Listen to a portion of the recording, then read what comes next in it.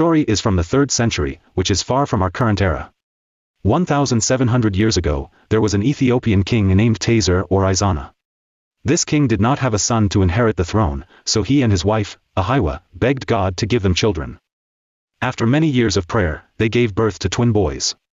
His children were named Izana and Sizana. Izana died when his children were 5 years old.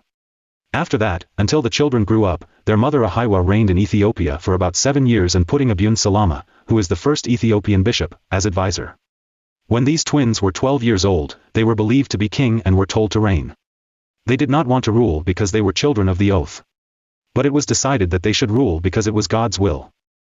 When the scholars were talking about who should rule, they decided that they should rule together because they should not be separated. But the others said that 2 kings have never reigned in the world on one throne, and the question arose as to how they would reign. At last, the whole scholars decide on the idea of ruling together. After some time, they divided the state into 2 and started ruling half of one country individually. The reason for this was that in order to spread Christianity, Abra sat in Aksum and ruled the northern part of Ethiopia while Atzba ruled the southern part. The extent of their territory was from the southern part of Arabia to Madagascar. The kingdom was one of the 4 most powerful kingdoms of its time.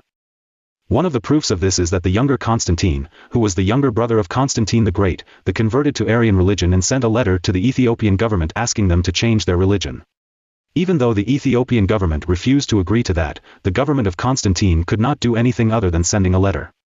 The letter is still being studied by various researchers.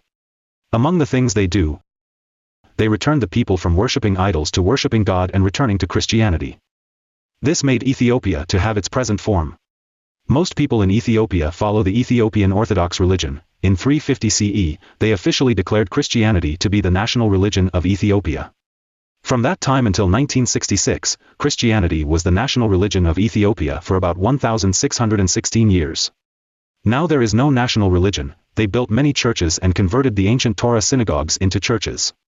As Ethiopia was a follower of Judaism before Christianity, when it converted to Christianity, they changed their place of worship to a church. Among the churches they built for the first time in Aksum, they built a church in the name of Zion Mary with 12 temples, 5 rooms and 72 pillars.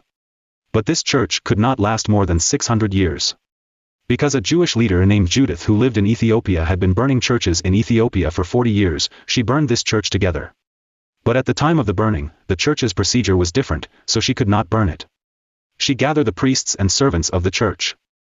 Dig a pit, pile up wood, and said, "Tell me how to burn the church, otherwise I will burn you." The people who were afraid told her that if she anoints it with wax and burns it, the whole church burns. She did what they told her. The foundations of this church have now been excavated. Also, the other churches built by the kings include St. Ted Bibi Mariam in Wolo, Myrtle Mariam and Tana Kirkos in Gojam, and St. Mariam in Goha Zion in West Shoa. The 2 kings expanded their empire, and in addition to ruling Madagascar, Kenya, Yemen, Somalia and Sudan together, they spread the gospel in all these countries. At that time, they took advantage of the political and diplomatic system and the relationship of the diplomatic system and made it enforceable by submitting a request for the return of the Dur Sultan monastery and place in Jerusalem. In general, the Ethiopian Orthodox Tewahedo Church calls them saints in commemoration of their outstanding contribution to the country and the church. The church named after Abraha Atzba is located in the area of Wikro in Tigray Diocese. The Ethiopian Church celebrates Their holiday on October 4 every year.